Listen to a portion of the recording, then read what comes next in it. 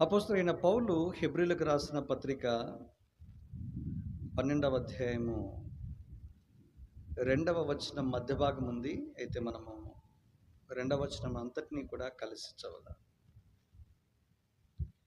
Hebrew పత్రిక 12:2. మనము కూడా ప్రతి భారమును సులువుగా చిక్కులబెట్టు పాపమును విడిచిపెట్టి విశ్వాసమునకు కర్తయు దానిని కొనసాగించువాడునైన యేసు వైపు చూచుచు మన ఎదుట ఉంచబడిన పందెములో ఓపికతో పరుగెత్తుదము. ఆయన తన ఎదుట ఉంచబడిన ఆనందము కొరకై అవమానాలను నిర్లక్ష్యపెట్టి సిలువను సహించి దేవుని సింహాసనం యొక్క కుడి పార్శ్వమున ఆసీనుడై ఉన్నాడు. మధ్య భాగము యేసు వైపు చూచుచు. దేవుడు ఈ వాక్య భాగాలను మన వినికిడిలోనూ నిత్యత్వము కొరకై ఆశీర్వదించి మనకు పరిచర్య చేయనుగాక.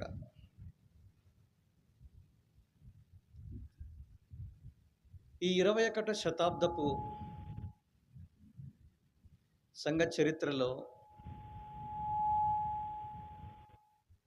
దేవుని ప్రజల ఆత్మీయ క్షేమాభివృద్ధి కొరకు పాటుపడిన ఒక గొప్ప దేవుని సేవకుడు తన యాత్రను ముగించి వెళ్ళిపోయాడు. ఆ దైవజనుడు రాసిన ఒక మాట నన్ను నిజంగా ఎంతగానో ఆకర్షించింది. ఇప్పటి కాలపు సంఘ యుగములో సంఘ క్షేమాభివృద్ధి కొరకై పరిశుద్ధుల యొక్క ఆత్మ సంబంధమైన క్షేమము కొరకై వ్యక్తిగతంగాను లేదా సంఘముగాను వారి ప్రయోజనము కొరకై ఏదైనా ఒక పుస్తకాన్ని మీరు పరిచయం చేయాలని కోరితే ఆ పుస్తకం ఏదైనా ఉంటే దయచేసి ఆ పుస్తకపు పేరు చెప్పండి అని అడిగితే ఆయన చెప్పిన పుస్తకపు పేరు ఏదైనా ఉంది అంటే హెబ్రీలకు రాసిన పత్రికగా తాను పరిచయం చేశాడు. ఎందుకు అన్న దానికి ఒక ప్రధానమైన కారణాన్ని తెలియజేశాడు ఆయన. అప్పుడే నూతనంగా క్రీస్తును అంగీకరించిన పసిపిల్లలకు కావచ్చు, లేదా క్రీస్తును అంగీకరించిన క్రైస్తవములో లేదా ఆత్మీయంగా ఎదుగుచున్న విశ్వాసులకు సహితము ఈ పుస్తకము సరి అయినది అని ఆ దైవని సేవకుడు తెలియజేస్తూ వచ్చాడు. కనుక ఈ దినాల్లో మరి ఈ దినాల కొరకైన అంశం కొరకు ప్రభు సన్నిధిలో ప్రార్థించినప్పుడు ప్రభు నాకు అనుగ్రహించిన భారము హెబ్రీలకు రాసిన పత్రిక 12వ అధ్యాయం 2వ వచనం. ఎందుకు అన్న దానికి జవాబే ఈ 2 దినాల వర్తమానాలు. కనుక దేవుడు మన అక్కర్ల కొలది తన వాక్యాన్ని ధారాళంగా స్వేచ్ఛగా అధికారపూర్వకంగా మనకు అనుగ్రహించి మన హృదయాలకు పరిచయం చేసి తద్వారా మనకు క్షేమాభివృద్ధిని, ఆదరణను, ప్రోత్సాహాన్ని, పురికొల్పమును, మరి విశేషంగా ఆత్మ సంబంధమైన బలాన్ని, ఆత్మ సంబంధమైన నవీనత్వాన్ని దేవుడు మనకు అనుగ్రహించినట్లుగా దేవుడు మనకందరికీ సాయం చేయనుగాక. ఈ మొదటి దినము, ఈ మొదటి సెషన్ని మనము భోజనానికి ముందు 2 భాగాలుగా చేసి మనము ఈ 2 భాగాలలో కొన్ని సంగతులు మనం తలపోసుకుందాం. మొదటి సెషన్లో హెబ్రీలకు రాసిన పత్రిక యొక్క ప్రాధాన్యతను గురించి తెలుసుకోవడం చాలా ప్రాముఖ్యం. కనుక ఈ పుస్తకాన్ని ఎందుకు చదవాలన్నా అన్నది చాలా ప్రాముఖ్యం. మనము మన అంశం దగ్గరికి రామునపు ఈ పుస్తకాన్ని గురించి కొంచెం తెలుసుకోవడం చాలా ప్రాముఖ్యం. మొట్టమొదటిది, హెబ్రీలకు రాసిన పత్రిక యొక్క రచయిత మనకు తెలియదు. అయితే తెలుగు బైబిల్లో చాలా స్పష్టంగా రాశారు.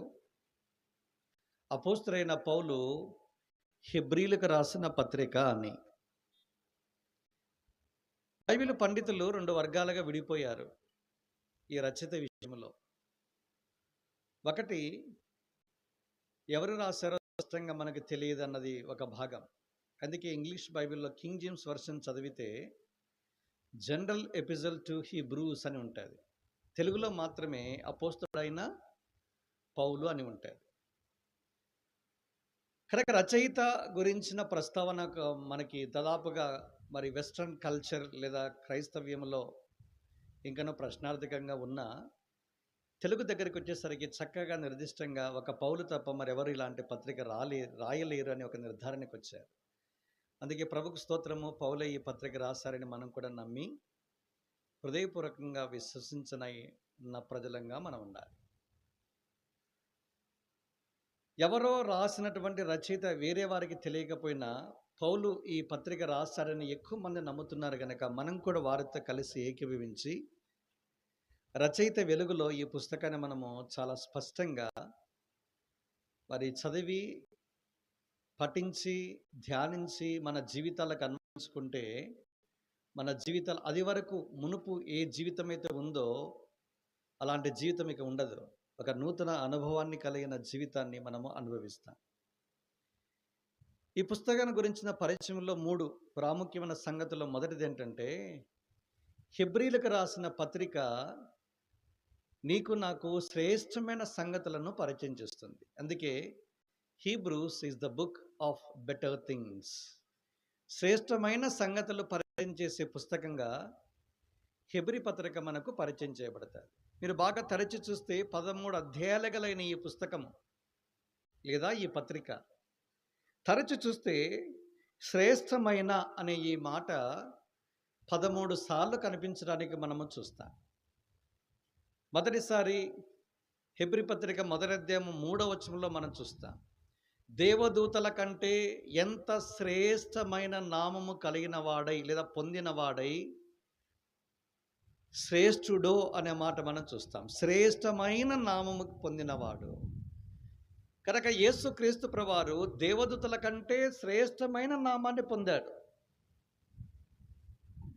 భూమి మీద ఉన్నటువంటి ప్రజలకు కలిగిన నామము కంటే ఎక్కువైన మరి శ్రేష్టమైన నామం పొందినవాడు యేసుక్రీస్తు ప్రభువారు. అందుకే కడపలో 1995లో అబ్రాహం జోసెఫ్ గారు ప్రభువునందు నిర్ధరించారు. చాలామందికి పరిచయం, ఇక్కడ కూర్చున్న కొంతమంది అయినా సేవ కలిగిన పరిచయం అని నమ్ముతా ఉన్నా.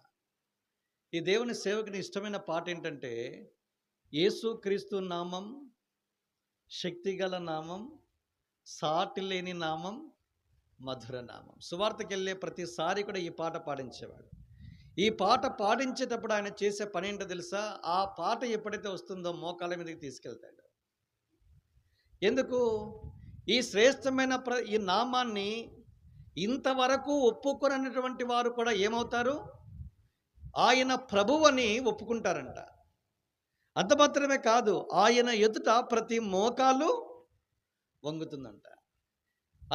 అత్యంత శ్రేష్టమైన నామాన్ని యేసుక్రీస్తు ప్రభువారు పొందారు. అందుకే హెబ్రీ గ్రంథకర్త శ్రేష్టమైన సంగతులను మనకు పరిచయం చేస్తాడు. అందులో మొదటిది ఏంటంటే, శ్రేష్టమైన నామము కలిగిన వాడు ఆరంభించాడు ఆయన. ఇంకా కొంచెం ముందుకెళితే శ్రేష్టమైన సంగతుల్లో రెండవది హెబ్రీ పత్రిక 7వ అధ్యాయం 4వ వచనంలో ఈ మాట మనం చూస్తాం. ఏం రాయబడింది అక్కడ? శ్రేష్టమైన వస్తువులను రాశాడు. చూడండి, ఎంత మంచి మాట చూడండి. అబ్రాము లోతును విడిపించుకొని వచ్చేటప్పుడు కొల్ల సొమ్మును సంపాదించాడు. ఈయనను ఎదుర్కోవటానికి షాలేము రాజును దేవుడు పంపించాడు. కనుక అబ్రహాం ఏం చేశారంటే ఈ రాజుకు ఏం చేశాడు? శ్రేష్టమైన వస్తువులను కొల్ల సొమ్ములో నుంచి పదవంతుగా ఏం చేశాడు? ఆయన మరి అనుగ్రహించినట్లుగా లేదా ఇచ్చినట్లుగా మనం చూస్తాం. కనుక శ్రేష్టమైన వస్తువులు. కనుక యేసుక్రీస్తు ప్రభువారు మన షాలేము రాజు. ఆయన నీకు నాకు పరమ మెల్కీసెదకు. అలాంటి వానికి నేను ఏమి ఇవ్వాలంటే శ్రేష్టమైన వస్తువులు ఇవ్వాలి. అది చాలా ప్రాముఖ్యం. కనుక మనం దేని యొక్క పనికి కానీ దేవుని సేవకు కానీ వచ్చే సమయానికి ఏదైనా పనికి మానం ఏమైనా ఉంటే మనకు ఉపయోగకరము కాదన్న వాటిని తీసుకుని వచ్చి దేవునికి ఇచ్చేస్తాం. అందుకే నిజంగా మనం ఆశీర్వదించబడాం. బైబిల్ నియమాన్ని మనం పాటించాలి. అబ్రాహాము శ్రేష్టమైన వ్యక్తిగా మార్చబడ్డానికి కారణం ఏంటి? నిజంగా మీరు చూడండి, విశ్వాసులకు పితరుడుగా అబ్రాహామును దేవుడు అత్యున్నతంగా హెచ్చించాడు. ఎందుకు? ఆయన దేవునికి శ్రేష్టమైన వాటిని ఇచ్చేశాడు. అనేకమున్నాయి, నేను వాటి జోలికి వెళ్ళడంలా. అందుకే విశ్వాసులకు తండ్రిగా అబ్రాహామును దేవుడు చేసేసాడు. ఇదిన 3 మతాల వారికి అబ్రాహాం ఏమయ్యాడు? మూల పితృడయ్యాడు. మొదటిది యూదులకి, రెండెవరికి? రంజాన్ చేసుకుంటున్నాను ఈ దినాన, వాళ్ళకు కూడా మూల పితృడు అయ్యాడు ఆయన అబ్రహాము. మూడోది ఎవరికి? క్రైస్తవులకు అయ్యాడు. ఎలాగూ? విశ్వాసము ద్వారా యేసుక్రీస్తు ప్రభువును అంగీకరించాం. ఇది నాన్న విశ్వాసులకు తండ్రి ఎవరంటే ఎవరైనా అబ్రాహాముగా పేర్కొన్నాడు మనం చూస్తాం. కనుక 3 తెగల వారికి మూల పితరునిగా దేవుడు ఎంతగా హెచ్చించాడు అంటే, ఆయన జీవితంలో ఉన్న శ్రేష్టమైనది ఏదైనా ఉంది అంటే ఏంటది?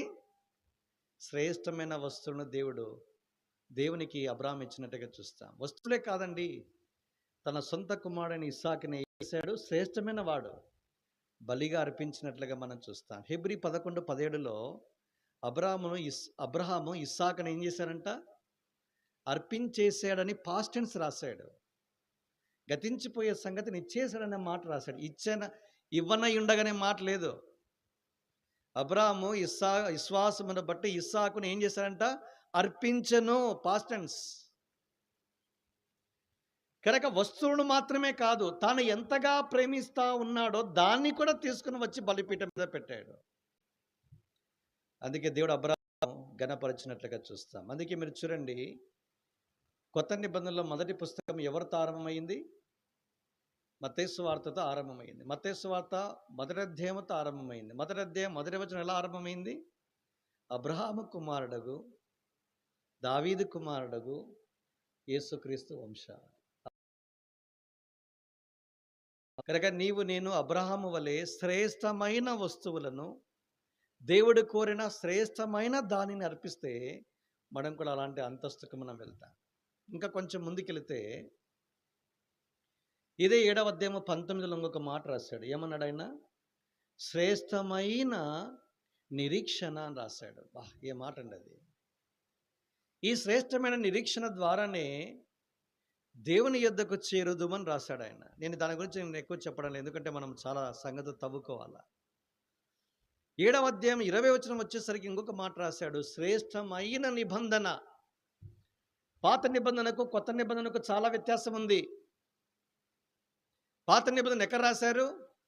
అసలు పాత నిబంధన ఎవరి ద్వారా వచ్చింది? మోషే ద్వారా వచ్చింది. మోషే ద్వారా ఏమొచ్చింది? ధర్మశాస్త్రం వచ్చింది. కొత్త నిబంధనలో, పాత నిబంధనలో మోషే ద్వారా ధర్మశాస్త్రం అనుగ్రహించబడింది. అయితే యేసుక్రీస్తు ద్వారా కృపయు సత్యమును నీకు నాకు అనుగ్రహించబడింది. పాత నిబంధనలో మోషే భక్తుడు పరిచయం అయితే, కొత్త నిబంధనలో యేసుక్రీస్తు ప్రభువారు పరిచయం చేయబడ్డాడు. పాత నిబంధనలో మోషే ద్వారా ధర్మశాస్త్రం అనుగ్రహించబడితే, కొత్త నిబంధనలో యేసుక్రీస్తు ద్వారా కృపయు సత్యం అనుగ్రహించబడింది. పాత నిబంధనకి కొత్త నిబంధనకి వ్యత్యాసం ఏంటంటే, పాత నిబంధన బండ మీద, రాయి మీద రాయబడింది. అయితే కొత్త నిబంధన ఎక్కడ రాయబడింది? మన హృదయం అనే పలక మీద రాయబడింది. పాత నిబంధనకున్న వ్యత్యాసము, కొత్త నిబంధనకున్న వ్యత్యాసం ఏంటి? బలులర్పించే ప్రతిసారి పదే పదే పాపం చేసే ప్రతి వ్యక్తి పదే పదే బలులర్పించుకుంటూ వెళ్తాడు. దాని దగ్గర తర్వాత వస్తా. కొత్త నిబంధన మధ్యవర్తిగా ఉన్న యేసుక్రీస్తు ప్రభువారు ఏమయ్యాడు? ఒకే ఒక అర్పణము ద్వారా సదాకాలం నిలిచిండే బలిని ఏర్పాటు చేసి వెళ్ళిపోయాడు. పాత నిబంధనకి కొత్త నిబంధనకి వ్యత్యాసం ఏంటంటే, అర్పించే ప్రతిసారి పాపాలు గుర్తొస్తాయి. కొత్త నిబంధనలో అలాంటి పాపాలకు జ్ఞాపకము రావు. అందుకే హెబ్రీ గ్రంథకర్త 8వ అధ్యాయం 10లో ఒక మాట అన్నాడు. నేను వారి దోషముల విషయమై జ్ఞాపకము చేసుకొనను, లేదా పాపములను జ్ఞాపకము చేసుకొనను. కొత్త నిబంధనకున్న గొప్పతనం ఏంటంటే, వన్స్ ఫర్ ఆల్ యేసుక్రీస్తు ప్రభువారు కలవరి శిలువ మీదకి వెళ్ళాడు, చనిపోయాడు, సమాధి చేయబడ్డాడు, తిరిగి లేడు. ఆయన దగ్గరికి ఒకవేళ వస్తే ఇకను మరి ఎన్నడూ మీ పాపాలు జ్ఞాపకమునకు రావు. ఎంత గొప్ప అనుభవం! పాత నిబంధనలో బలు అర్పించే ప్రతిసారి పాపాలు గుర్తొస్తాయి. అయితే యేసుక్రీస్తు అద్భుతమైన ఆత్మ సంబంధమైన అంతస్తుకి హెచ్చించబడింది. అందుకే యేసు ప్రభువు దగ్గరికి వచ్చిన తర్వాత పాపాలు ఒప్పుకుంటే క్షమించబడడం మాత్రమే కాదు, మరి ఇక ఎన్నడూను జ్ఞాపకానికి రావు. మనుషులైనా మీ పాపాలు జ్ఞాపం చేస్తారు, గుర్తుపెట్టుకోవాలి ఈ మాట. ప్రత్యక్షంగా వింటున్న మీకు కావచ్చు, పరోక్షంగా వాక్యము యూట్యూబ్ ద్వారా వింటున్న మీకు కావచ్చు, మీ పాపాలను పదే పదే జ్ఞాపం చేసే వ్యక్తులు ఉంటారు. సమయం దొరికితే పాపాలు జ్ఞాపం చేయడమే, సమయం దొరికితే బ్యాక్గ్రౌండ్ జ్ఞాపం చేయడమే, సమయం దొరికితే నీ పాడై పతనమైన జీవితాన్ని మరలా తెర మీదకి తీసుకుని వచ్చేవారుగా ఉంటారు. యేసు తీసుకురాడు. ఇది క్రొత్త నిబంధన. ఇది ఎలాంటి నిబంధన? శ్రేష్టమైన నిబంధన. 7:20 ఈ మాట మనం చూస్తాం. 8వ అధ్యాయంకి వచ్చేసరికి కొంచెం ముందుకు వెళితే 8:16 ఏం రాయబడింది? శ్రేష్టమైన సేవకత్వం అంట. శ్రేష్టమైన సేవకత్వము యేసుక్రీస్తు ద్వారా నీవు నేను పొందాం. ఇంకా కొంచెం ముందుకు వెళితే హెబ్రీ గ్రంథకర్త 9వ అధ్యాయం 23 ఏమన్నాడు? శ్రేష్టమైన బలులు అన్నాడు. చూడండి, బెటర్ సాక్రిఫైజెస్. కొత్త నిబంధనలో కనీసం 5 ఉన్నాయి. నేను ఆ భాగం నాది కాదు, ఆ సబ్జెక్ట్ పక్కన పెడుతున్నా, గుర్తుపెట్టుకున్న ఆ మాట మీరు ధ్యానించవచ్చు. ఇక 10వ అధ్యాయం 34వ వచనంకి వచ్చేసరికి శ్రేష్టమైన స్వాస్థ్యం అన్నాడు. చూడండి, ఈ శ్రేష్టమైన స్వాస్థ్యము ఉంది అని ఎరిగితే, ఎలాంటి స్వాస్థ్యం అంటే మరి శ్రేష్టమైన స్వాస్థ్యము, స్థిరమైన స్వాస్థ్యము ఉన్నదని ఎరిగి మీరు ఏం చేస్తారంట? మీ ఆస్తులు కూడా పోగొట్టుకోవడానికి మీరు ఇష్టపడ్డారంట. చూడండి, ఈ దినాల్లో మనకు గుడితనం వచ్చింది విశ్వాసులకి, లోకస్తులకు కాదు. నేను చెప్పడం లేదు, లోకస్తుల సబ్జెక్టే కాదు మనకి, విశ్వాసులకు వర్తమానాలు ఇవి. విశ్వాస గుడితనం ఎట్లా వస్తుందన్నా? 2 కొరింథీ 4:4 ప్రకారము అవిశ్వాసులైన వారి మనోనేత్రాలకు యుగ సంబంధమైన దేవత ఏం చేసిందంట? గుడితనం కలగజేసింది. విశ్వాసుల గుడితనం ఏంటి? నీకు నాకు మరి శ్రేష్టమైన స్వాస్థ్యము, ఇది స్థిరమైన స్వాస్థ్యము ఉన్నది అని మనం తెలుసుకుంటే ఏం చేస్తామంటే పోగొట్టుకోవటానికి ఇష్టపడతాం. మనం పట్టుకొని ఊగులాడం దాన్ని. అన్నాడు అక్కడ గ్రంథ రచయిత, మీ ఆస్తులు కూడా పోగొట్టుకోవడానికి మీరు ఏమయ్యారంట? ఇష్టపడ్డారంట. మనం పోగొట్టుకోవడానికి ఇష్టపడంలా. ఇప్పుడు ఏదైనా దొరికితే దాన్ని పట్టుకొని ఊగులాడతాం అంతే. ఇంకా దాన్నే విడిచిపెట్టడం అన్నది మన జీవితం నైజంలో లేకుండా ఉండడం దురదృష్టకరం. ఇష్టపూర్వకంగా తమ ఆస్తులు కూడా పోగొట్టుకోవడానికి, ఒక పదవిని పోగొట్టుకోవాలంటే పోగొట్టుకోలేము, ఒక స్థానం పోగొట్టుకోవాలంటే పోగొట్టుకోలేము, మనకు కలిగినవి ఏవైనా పోగొట్టుకోవాలంటే పోగొట్టుకోలేము. ఎందుకు? మనకు లేదు, వెలుగు లేదు. ఏం వెలుగు లేదు? అరే, మరి శ్రేష్టమైన స్వాస్థ్యం నీ పేరు ఉందిరా బాబు, స్థిరమైనది రాది, అస్థిరమైనది కాదు. అస్థిరమైనవి కొన్ని ఉన్నాయి. ఏమున్నాయి? అస్థిరమైనవి కొన్ని ఉన్నాయి. దాని యందు నమ్మిక ఉంచొద్దు అన్నాడు ఆయన. తిమోతి పౌలుకు రాశాడు, 1 తిమోతి పత్రిక 6వ అధ్యాయం 15లో ఏమన్నాడు? అస్థిరమైన ధనమునందు నమ్మిక ఉంచక అన్నాడు. చూడండి,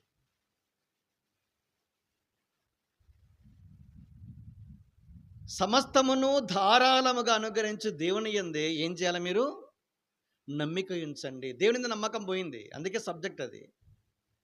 దేవుని మీద నమ్మకం పోయింది, దేవుని మీద చూపు పోయింది. అందుకే నేనేం చేశాను? Looking unto Jesus. చూడు, ఆయనను చూడు. మన దృక్పథము, మన దృష్టి మరల్చేస్తాడు అపవాది. అందుకే తిరిగి పదే వెనక్కి రావాలా. అస్థిరమైన వాటి మీద నమ్మిక ఉంచొద్దండి. ఇలా కనిపిస్తుంది, అలాగే వెళ్ళిపోతుంది. జీవమునకును భక్తికి కావలసిన వాటన్నిటినీ ధారాళముగా అనుగ్రహించు దేవుడు ఆయన. మామూలు దేవుడు కాదు ఆయన. ఎలాంటి దేవుడు ఆయన? Living God which giveth us richly to enjoy all things on the face of the earth. Richly, ధారాళంగా అనుగ్రహిస్తాడు, ఐశ్వర్యంతంగా అనుగ్రహిస్తాడు. అలాంటి దేవుణ్ణి మాత్రం నమ్ముకోండి. నేను చెప్తున్నాను ఈ మాట ఈ చివరి దినాల్లో. ఎవరినైనా మీరు నమ్ముకున్నారు అంటే పోతారు అంతే. ఇక 118వ కీర్తన మీరు గమనించలేదో, బైబిల్లో సెంటర్ రెఫరెన్స్ అది తెలుసా మీకు? బైబిల్‌లో కేంద్ర బిందువు ఏంటండి అంటే మధ్య భాగం ఏంటి అని తెలిస్తే ఏమైనా ఉంటుందా అన్న అంటే ఒక వచనం ఉంది. ఏంటది? 118వ కీర్తన 8వ వచనము, 118వ కీర్తన 9వ వచనము. మనుషులను నమ్ముకొనుట కంటే యెహోవాను ఆశ్రయించుట మేలు, రాజులను నమ్ముకొనుట కంటే మేలు. ఏది మేలంట? తెలుసు మనకు మేలేంటో కానీ చేయడంలా.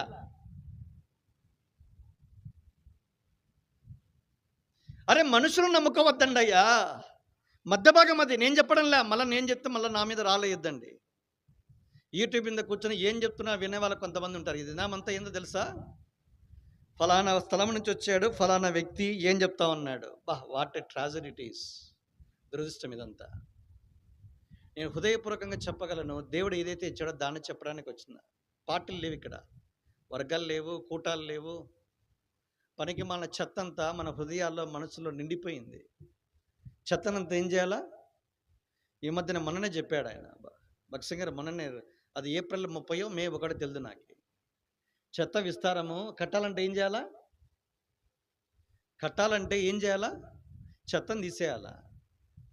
పనికి మాలిన చెత్త అంతా పెట్టుకొని ఆత్మీయంగా ఎదగాలంటే అసాధ్యం అది. నెహెమ్యా వచ్చి చూశాడు అంత, చెత్త చాలా ఎక్కువగా ఉంది, దీన్ని తీస్తేనే తప్ప ఏం చేయలేము, కట్టలేము. లెట్ us బిల్డ్ అన్నాడు, 2 కట్టుదాం అన్నాడు. కట్టాలంటే ఏం చేయాలా? చెత్త తీసేయాలా? నీవు నేను వ్యక్తిగతంగా మన జీవితాలను కట్టుకోవాలన్నా, మన కుటుంబాలను కట్టుకోవాలన్నా, మన సంఘాలను కట్టుకోవాలన్నా ఏం చేయాలా? చెత్త తీసేయాలా? కట్టబడు సంఘాలు చెత్తని తీస్తే తప్ప కట్టుకోలేము. కనుక చెత్త చెదారాన్ని తీసేసి సావధానంగా, నిర్మలంగా, శ్రేష్టంగా వాక్యాన్ని వినండి, మీ జీవితాలు దీవించబడతాయి.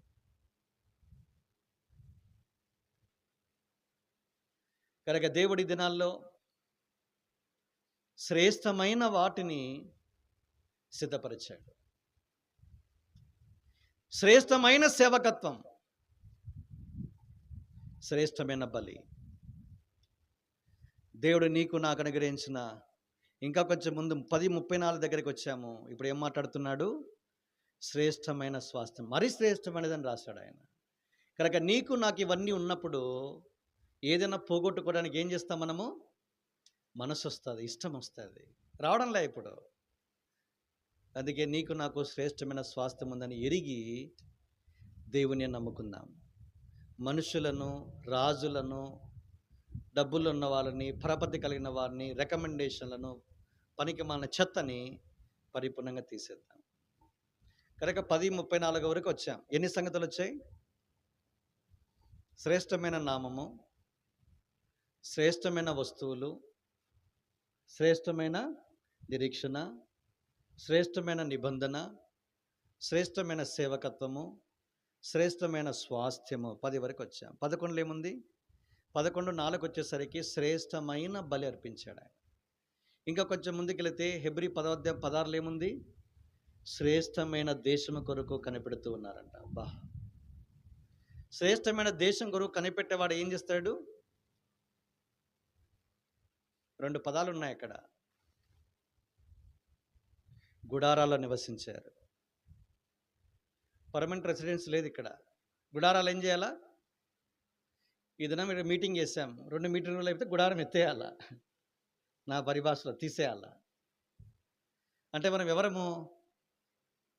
రాశాడు ఆయనే, యాత్రికులంట, పరదేశులంట. పర్మనెంట్ అడ్రస్ లేదు. ఎందుకు ఇక్కడ గింజుకోవడం? ఎందుకు ఇన్ని ఉండాలని ఎందుకు అనుకుంటాం? ఇక్కడే కేర్ ఆఫ్ అడ్రస్ అని ఎందుకు ఉంటాము? ఈరోజు ఇక్కడ ఉంటా, నేను ఈరోజు 2 రోజులకి వచ్చినా, నేను మళ్ళీ నా గుడారం ఎత్తేసి మళ్ళీ హైదరాబాద్ పోవాల్సిందే. ఎందుకు వారికి ఇలాంటి ఉంది అంటే, మరి శ్రేష్టమైన దేశం మీద కన్నేశారు వాళ్ళు, కనిపెడుతున్నారంట. చూడండి, అందుకే దేవుడు ఏం చేశాడు? 11:16 రెండో భాగంలో దేవుడు ఏం చేశాడు తెలుసా?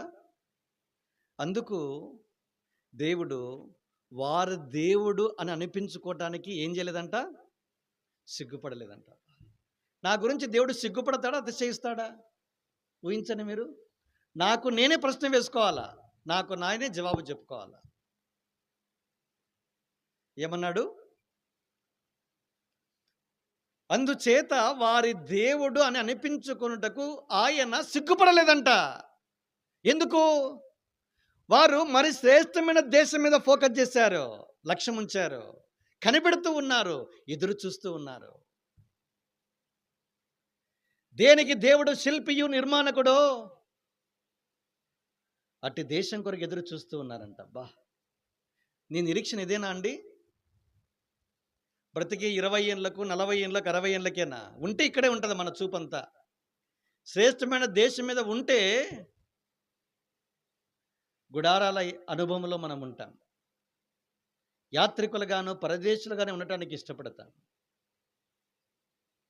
గుడారాన్ని సర్దేసుకుని నేను పరలోక రాజ్యము పాట పాడుతూ ఉంటాను, నా దేశము పరలోకమని. ఏమి రియాలిటీనే ఉండదు అసలు. అందుకే పాటలు పాడి అబద్ధం ఆడడం ఎందుకని నోరు మూసుకోంట. బయట క్రైస్తవులు అబద్ధాలు ఆడరు, అబద్ధాలు పాడతారంట.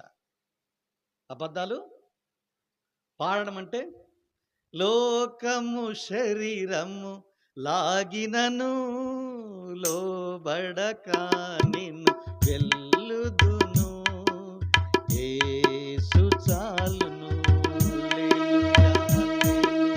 యేసు చాలును, ఏ స్థితికైనా నా జీవితములో యేసు చాలును. ఒకప్పుడు పాడా, ఇప్పుడు పాడంలే. ఇప్పుడు మీకోసం పాడాను నేను. ఏమన్నాడు? లోకము శరీరము లాగినను లోపలికి వెళ్ళదు. వెళ్తా ఉన్నాను కదా, నేను ఎందుకు పాడడం? అబద్ధాలు మానేశాను. కృతజ్ఞత తలవంచి అనే పాట నాకు చాలా ఇష్టం. కొన్ని చరణాలు నేను పాడలేకపోతున్నా. లేదు లైఫ్ ఎందుకు వచ్చిన గొడవ? పాటలు అబద్ధాలుగా పాడడం ఎందుకు? బంద్ చేశా. నా అనుభవం అయితే, నా ప్రార్థన అయితే, అదే నా ప్రతిష్టత అయితే నేను పాడతా. కనుక శ్రేష్టమైన దేశం అంట. ఆ దేశం కొరకు దేవుడు నిన్ను నన్ను సిద్ధపరుస్తూ ఉన్నాడు. ఇంకా కొంచెం ముందుకెళితే 11:35లో ఒక మాట అన్నారు. ఏమన్నారు? మరి శ్రేష్టమైన పునరుద్ధానం అంట. ఈ స్త్రీలు కొందరు తమ వారిని తిరిగి పొందారంట పునరుద్ధానం ద్వారా. ఎవరు? ఆ మధ్య ఇప్పుడు దేవుని సేవకుడు ఆనంద్ గారు, ఏ ఊరది, భక్తిగల దైవజనుడు అనే టాపిక్ కింద ఆ స్త్రీ చనిపోయిన వారిని తిరిగి పొందింది. ఆమె గురించి చెప్పింది 11:35లో. తెలుసా మీకు? కొందరు స్త్రీలు చనిపోయిన తమ వారిని ఏం చేశారంట? పునరుద్ధానం ద్వారా పొందారంట. కొందరు ఏం చేశారంట? మరి శ్రేష్టమైన పునరుద్ధానమును పొందగోరి విడుదల పొందనొల్లక. మాకు వద్దండి విడుదల, రోగాలు ఉండని మాకొద్దు, విడుదల వద్దు మాకు. శ్రమలు ఉన్నాయి మాకొద్దు. దేని నుంచి? శ్రమల నుంచి విడుదల వద్దు మాకు. బాధలు ఉన్నాయి, రోగాలు ఉన్నాయి, కన్నీరు ఉంది, అవమానం ఉంది, తృణీకారం ఉంది, వీటన్నిటి గుండా వెళ్తా ఉన్నాము, మాకు విడుదల వద్దు. ఎవరనే వాళ్ళు ఉంటారండి విడుదల వద్దనే వాళ్ళు?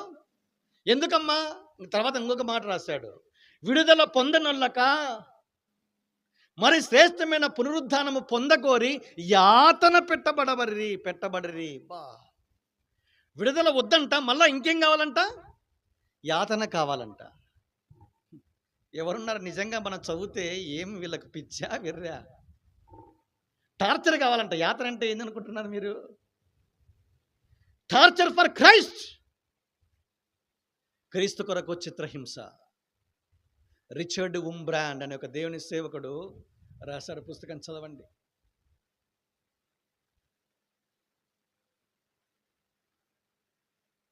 మరి శ్రేష్టమైన పునరుద్ధానం కొరకు వాళ్ళు చేసిన కార్యం చూడండి. విడుదల మాకు వద్దన్నారు. రెండోది ఏమన్నారు? యాతన పెట్టండి అన్నారు.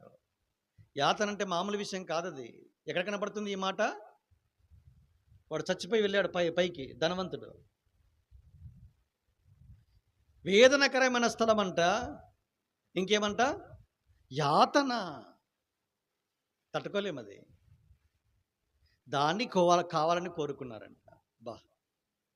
నిజంగా ఈ మాట యాతన అనే మాట వచ్చినప్పుడు సాధు సిందర్ సింగ్ గారు నాకు గుర్తొస్తారు. ఆయన ఎలా చనిపోయాడని ఇంకా ఎవరికి తెలియదు. అయితే నేను విన్న సంగతి ఏంటంటే, ఒక జంతు చర్మము, ఆ జంతువు ఏంటి అనేది కూడా నాకు తెలియదు. ఎందుకంటే అది ఏదో రాశారు కళేబరం అని. ఆ జంతు చర్మాన్ని తీసుకుని వచ్చి ఈయనను పడుకోబెట్టారు జంతు చర్మం మీద. ఈ చర్మాన్ని ఏం చేశారు? ఈ చర్మాన్ని ఈ వైపు, ఆ వైపు ఫోల్డ్ చేసి చర్మపును కుట్టారు. లోపల ఎవరున్నారంటే సాధు సుందర్ సింగ్ ఉన్నాడు. కుట్టి తీసుకెళ్ళి ఎండలున్నాయి చూసావా? ఇప్పుడు 40 డిగ్రీ గుంటూరు జిల్లాలో. తీసుకుని ఎండలో పెట్టారు.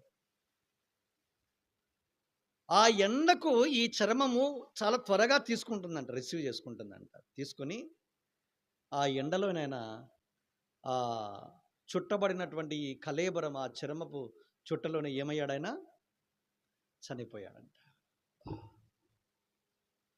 ఏమి జీవితాలండి అవి!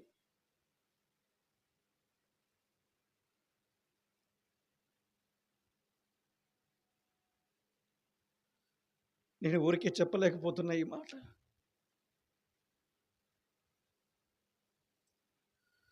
విడుదల వద్దన్నాడు.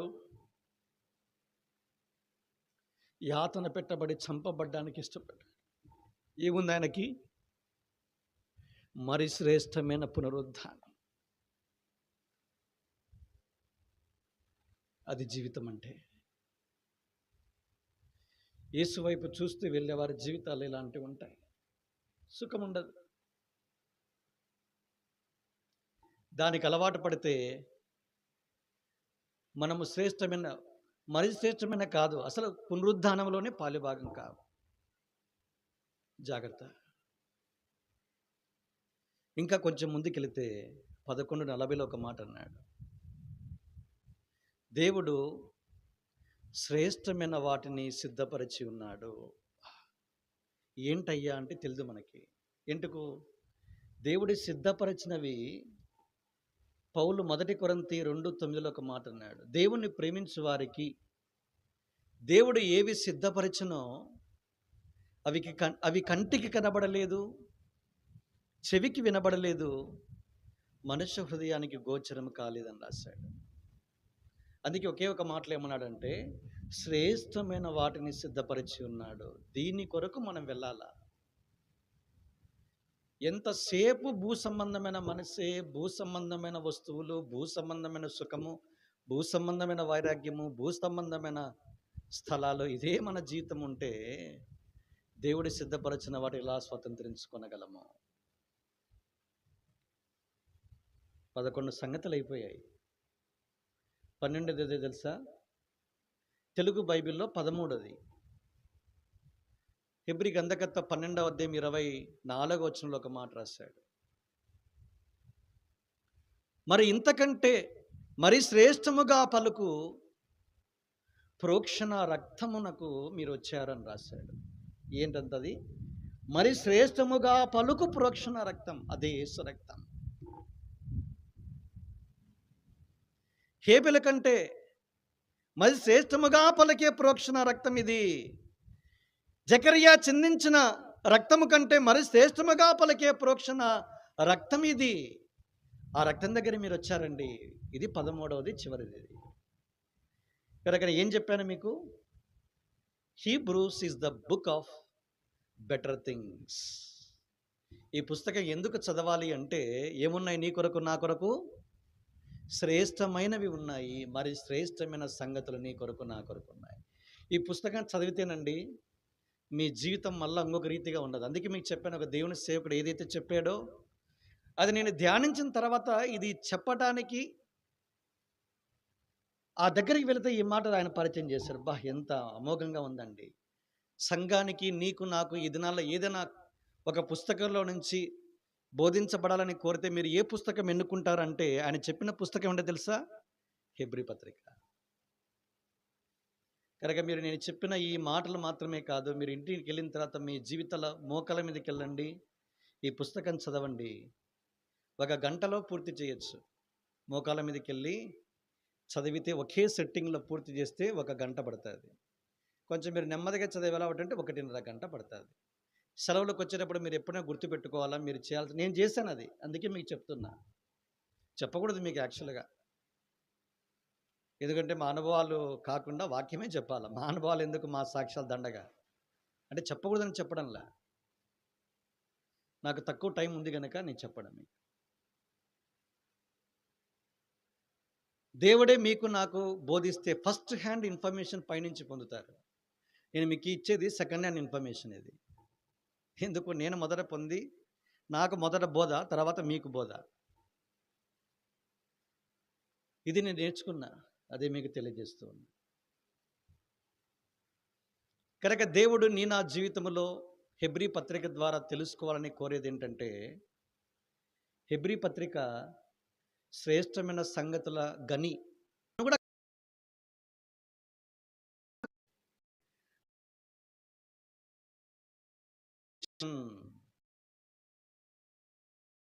సాగిపోదాం రండి అన్నాడు ఆయన. ఇవి పాటిస్తేనే తప్ప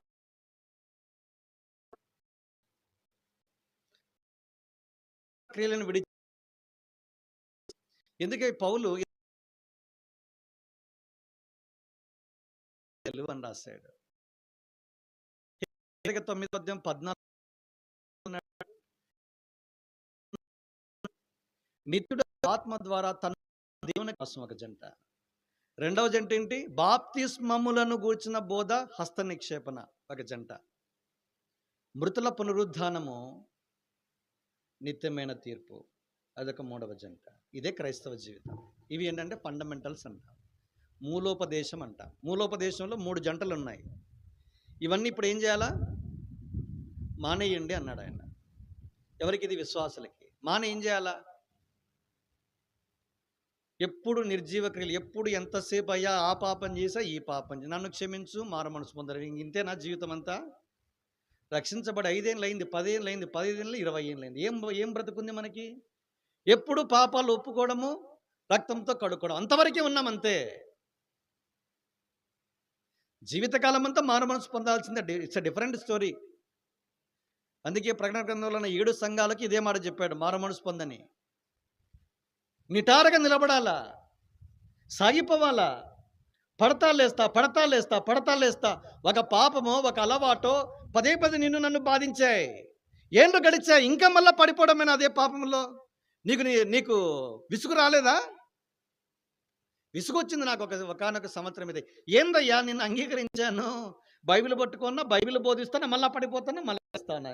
జీవితం నాకు వచ్చింది, నేను పడిపోకూడదని అనుకుంటా ఉన్నా. నిటారుగా నిలబడాలని కోరుతూ ఉన్నా, కదల్చబడకుండా ఉండాలని కోరుతూ ఉన్నా, నీ కొరకు స్థిరమైన వ్యక్తిగా సాగిపోవాలని కోరుతూ ఉన్నా. చూపించు.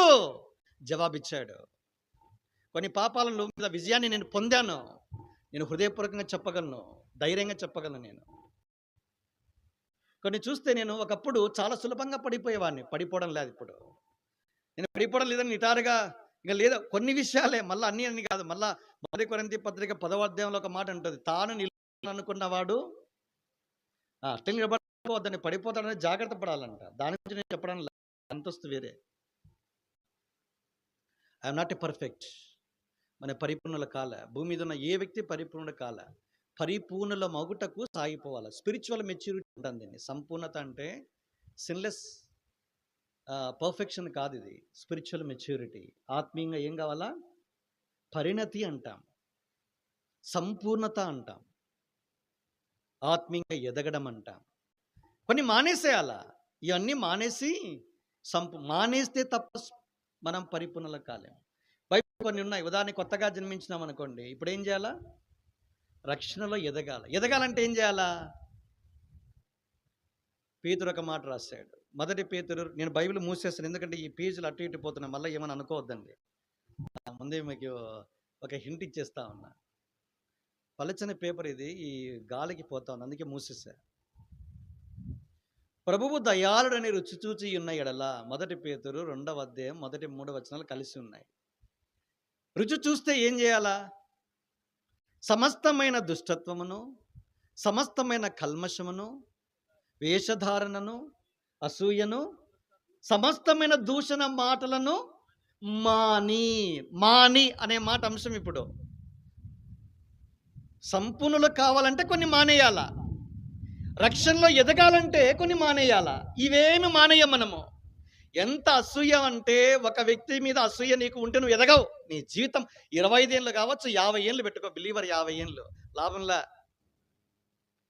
సమస్తమైన దుస్తత్వం ఉందనుకోండి, ఎదగం. ఇక సమస్తమైన కపటం ఉందనుకోండి, ఎదగం. ఇంకా అసూయ, వేషధారణ, నటన. వేషధారణను విజయవంతంగా ప్రదర్శించబడే ఒక స్థలం ఏంటో తెలుసా? వేషధారణను విజయవంతంగా నేను ప్రదర్శించే స్థలం ఏంటో తెలుసా? సంఘాలు.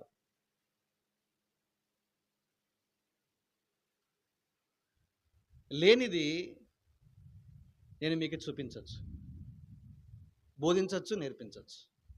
వేషధారణ కలిగిన ఏ వ్యక్తులు కూడా రక్షణలో ఎదగలేరు. పాయింట్ మీరు ఎప్పటికీ గుర్తుపెట్టుకోవాలి. ఇంకా కొంచెం ముందుకెళితే ఏమన్నాడు? సమస్తమైన దూషణ మాటలను మాలి బూతులు బలి తిడతారు కొంతమంది. నేను విశ్వాసులు చెప్తున్నా, మళ్ళీ అవిశ్వాసాలు అనుకోదు. అవిశ్వాసాలు కాదు ఈ మెసేజెస్. ఇప్పుడు రెండు ఎవరికి? ఇది హెబ్రీ పత్రిక విశ్వాసులకు, అవిశ్వాసులకు కాదు.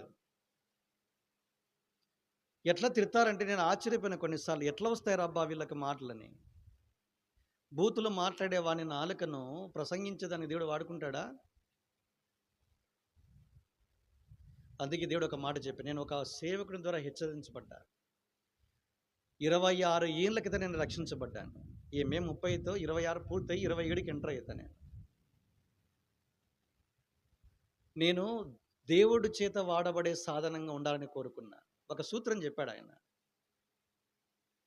ఇర్మియా చిన్న యవనస్తుడు, బాలుడు. ఇర్మియాను దేవుడు వాడుకుంటున్నప్పుడు ఒక మాట ఆయనకి చెప్పాడు. తెలుసా బ్రదర్ అన్నాడు ఆయన. ఏంటి అంకుల్ అన్నా?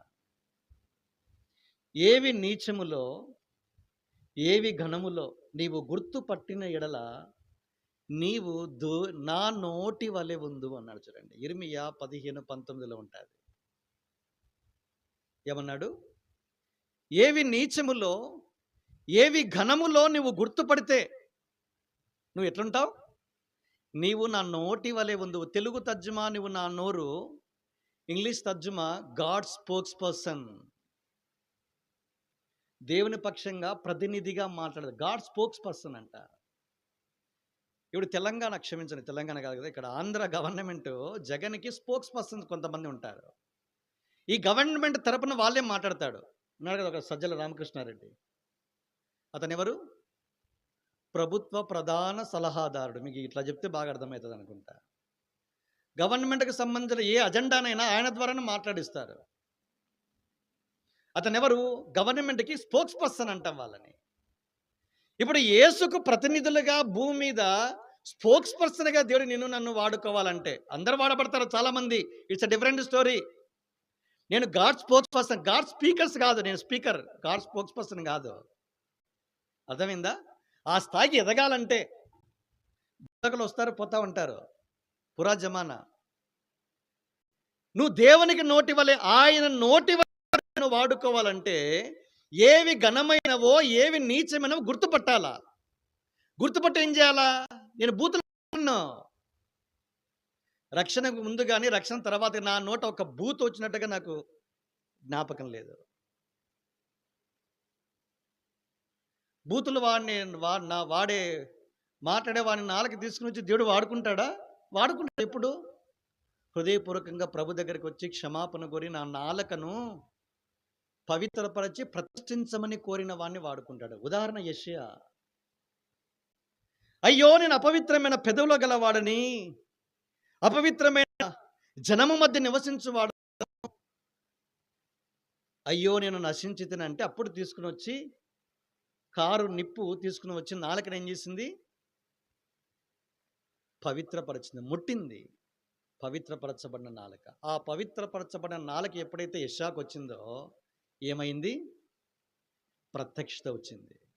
6వ అధ్యాయంలో ఇది జరిగింది. వెంటనే 7వ అధ్యాయంలో మీరు గమనించారు లేదో, ఇమ్మానుయేలు గురించిన ప్రస్తావన చెప్పాడు 7:14.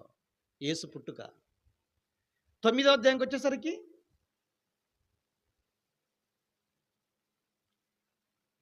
సమాధానపు అధిపతిని పరిచయం చేశాడు. 53కి వచ్చేసరికి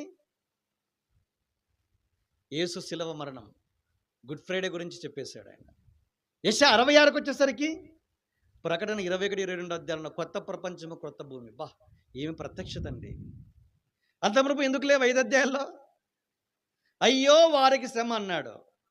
వేరే వాళ్ళని చూసి ఎప్పుడు ఏడవడమే. వాడిట్లా, వీడిట్లా, వాడిట్లా, మన జీవితాలంతా ఇట్లా. దురదృష్టం ఏంటంటే ప్రసంగించే మాలాంటి వాళ్ళు కూడా ఇదే మాట్లాడుతూ ఉన్నాం. దిగిన తర్వాత లాభంలే, వాడుకోలేడు దేవుడు మనల్ని. ఇది ఎప్పుడైతే చెప్పాడో నా నాలుకను, నేను ఎంత బాధపడతాను ఏదన్నా ఒక వ్యక్తిని గురించి, మూడో వ్యక్తి గురించి మాట్లాడాలంటే. దేవుని దగ్గరికి వెళ్ళి ఇంత మాట మాట్లాడాను కదా, నా నాలుకని వేరే దానికి ఉపయోగించను కదా, నా నాలుక నువ్వు వాడలేవు తెలుసు నాకు. ఇప్పుడు నా నాలుక ఏం కావాలా? నిప్పు. నీచమైన వాటిని, ఘనమైన వాటిని గుర్తుపడితే మనం దేవుని నోటిగా మారుతాం. అప్పుడు మనం మాట్లాడితే ఎంత ఆదరణ, ఎంత ప్రోత్సాహము, ఎంత ప్రీకొల్పు. ఒక మాట చాలండి, మాట వద్దు, ప్రార్థన చాలు. కొంతమంది సేవకులు కానీ దైవజన మన ఇంటికి వచ్చి ఒక ప్రార్థన చేసి వెళ్తే ఎంతగా ఆదరించబడతాం. అలాంటి వారు రావాలని కోరుకోవాలి.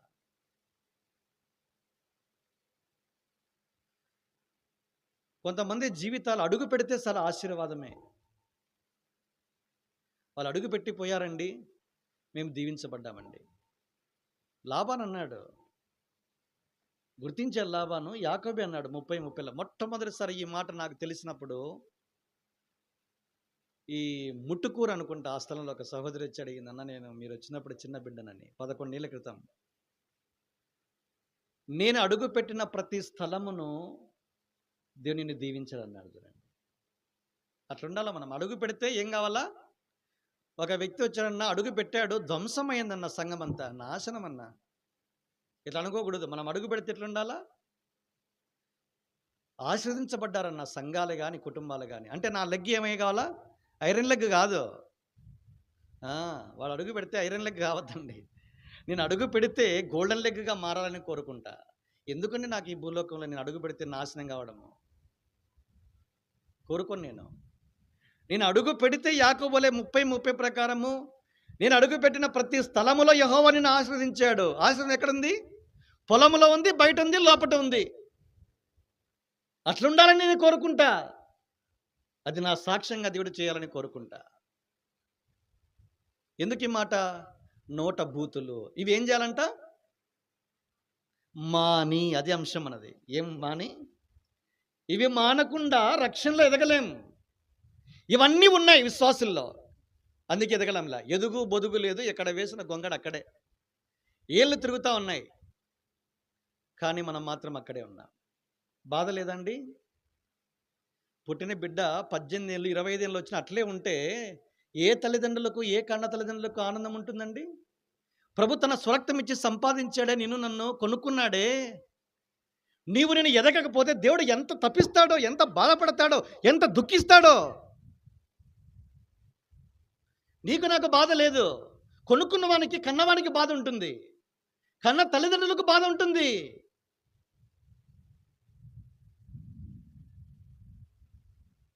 కనుక మానేయాల, అప్పుడు ఎదుగుతాం. ఇదే మాట యాకోబు కూడా రాశాడు. ఏమన్నాడు? సమస్తమైన కల్మషమును, విర్రవీగుచున్న దుష్టత్వమును మాని. ఆ మాట గమనించాల, మానడం. మానితేనే తప్ప ఏమన్న తర్వాత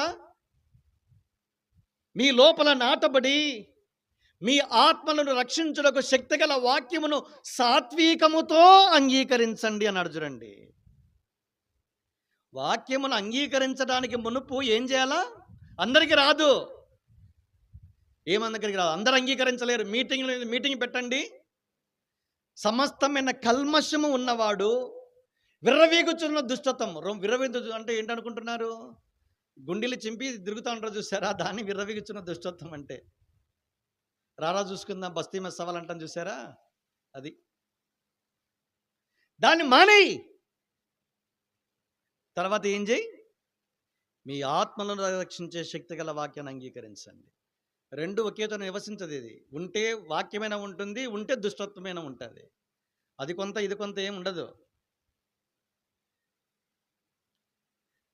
కనుక నీవు నేనేం చేయాలంటే ఇవేం చేయాలా?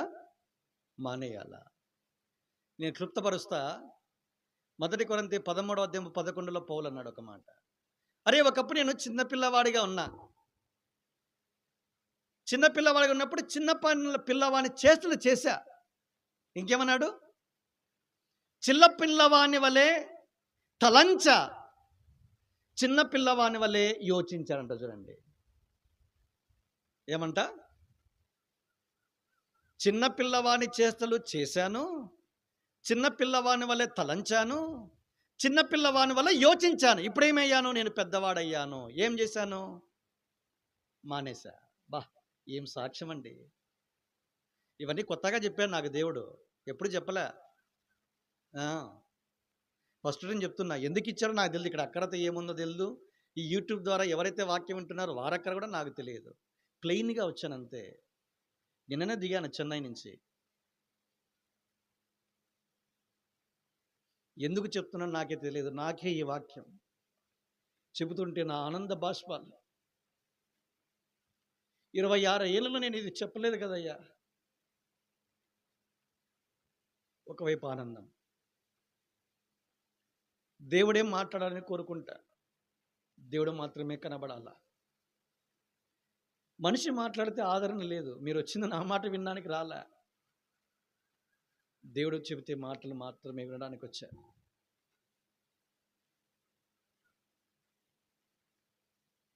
నేను పెద్దవాడయ్యాను. ఇప్పుడు ఏం చేశాను? పిల్లవాని చేష్టలు మానేశాను.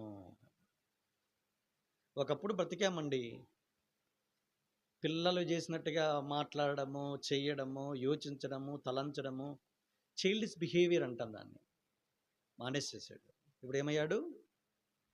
పెద్దవాన్నైనా మానేద్దాం. కనుక నీవు నేను సంపూర్ణుల మగుటకు సాగిపోవడానికి క్రీస్తుని గురించిన మూలోపదేశాన్ని మానేయండి. చాలిక ఇప్పుడు ఏం చేయాలా?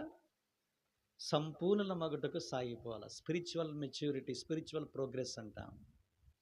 పరిణితి, సంపూర్ణత అంటే ఆత్మీయంగా ఎదగాల మనం. దాని కొరకు ఏం చేయాలా?